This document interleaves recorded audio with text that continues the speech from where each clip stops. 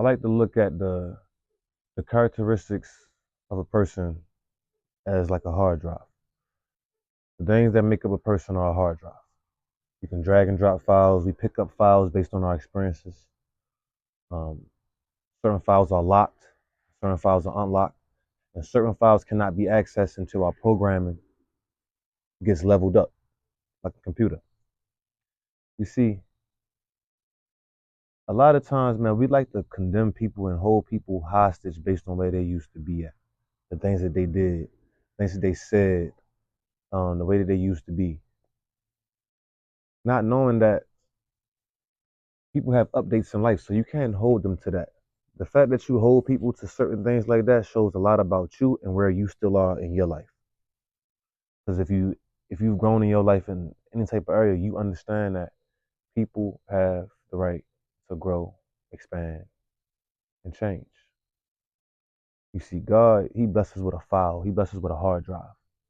I call it a God drive, where the things that we experience and go through, the habits that we pick up, the situations that we find ourselves in, the lessons that we learn, they get filed into this file, bits and pieces of it. And there's a point of time where God gives us access to this file, but access to this file requires us to update ourselves as people, like a computer. If you know anything about MacBooks, you can't run certain programs without the update. That's how we work, and that is the season that I'm in right now. And that takes unlearning and relearning habits. But as you do that, man, you gotta watch out for this, man, because a lot of people they deal with this right now. We like to judge people based on where they've been.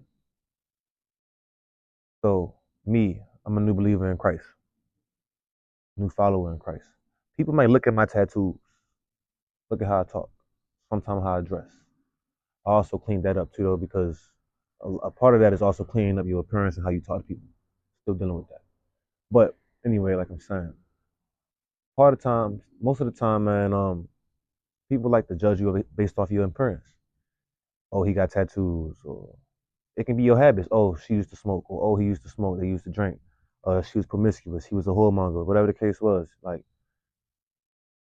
judging young people like me, maybe like you, off of our fleshly sin, the sins that you can see, the sins that you can wear, not the but keeping but being 100% oblivious to the fact that once you start judging somebody for fleshly sin, then you live in a spiritual sin.